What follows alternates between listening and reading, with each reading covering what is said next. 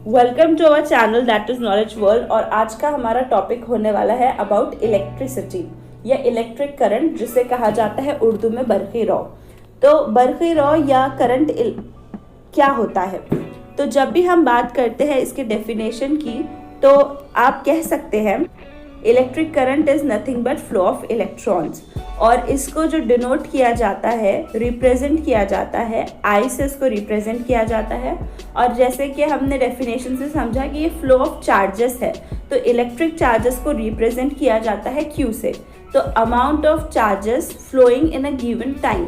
तो अगर इसका फॉर्मूला देखें तो कुछ इस तरह है, I is equals to Q upon T, जहाँ पर I का मतलब होता है इलेक्ट्रिक करंट, Q का मतलब होता है इलेक्ट्रिक चार्ज और T का मतलब होता है टाइम।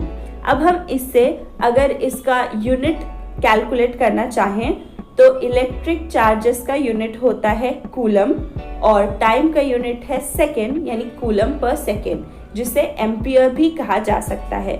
यानी इलेक्ट्रिक करंट का यूनिट है 1 एम्पियर। तो 1 एम्पियर कब होगा? जब 1 कूलम इलेक्ट्रिक चार्ज 1 सेकेंड के लिए वायर में से फ्लो होगा, तब हम कहेंगे कि 1 एम्पियर इलेक्ट्रिक करंट फ्लो हुआ। इस फॉर्मूले पे बेस्ड बहुत सारे मैथमेटिकल क्वेश्चंस भी आते हैं, जहाँ पर आपको अमाउंट ऑफ चार्जेस गिवन होगा, टाइम गिवन होगा, इलेक्ट्रिक करंट कैलकुलेट करने के लिए कहेगा, या आई गिवन होगा, क्यू गिवन होगा, टी पूछेगा, या टी और आई गिवन होगा, क्यू पूछेगा। तो आप इस एक फॉर्मूले को अलग अलग तरीके से इस्तेमाल कर सकते हैं। जैसे I is equals to Q upon T है, क्यू कैलकुलेट करने के लिए कहा तो Q is equals to I into T, और टी कैलकुलेट करने के लिए कहा तो क्यू अपॉन आई। जैसे कि एग्जाम्पल देखते हैं कि एक वायर में से 240 कूलम इलेक्ट्रिक चार्ज 60 सेकेंड के लिए फ्लो हुआ, तो बताइए कि अमाउंट ऑफ इलेक्ट्रिक करंट कितना प्रोड्यूस हुआ। तो हमको मालूम है formula I is equals to Q upon T. Q है हमारा 240 कूलम और जो टाइम है वो है 60 सेकेंड का। तो हम डिवाइड करेंगे 240 को 60 से, 0 0 कैंसिल, 24 अपॉन 6, 6 4 जा 24। तो हमारा आंसर होगा 4 एम्पियर या 4 कूलम पर सेकेंड। तो ये कैलकुलेट करने का मेथड या फॉर्मूला है इलेक्ट्रिक करंट का।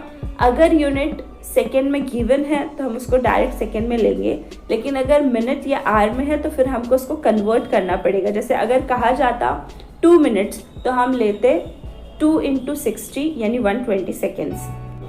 उसके बाद ऐसी चीज़ें जिसमें से करंट फ्लो होता है उन्हें कहा जाता है कंडक्टर्स, और ऐसे चीज़ें, ऐसे सब्सटेंसेस जिसमें से करंट फ्लो नहीं होता उन्हें कहा जाता है इंसुलेटर्स, और उर्दू में इन्हें कहते हैं हाजिस।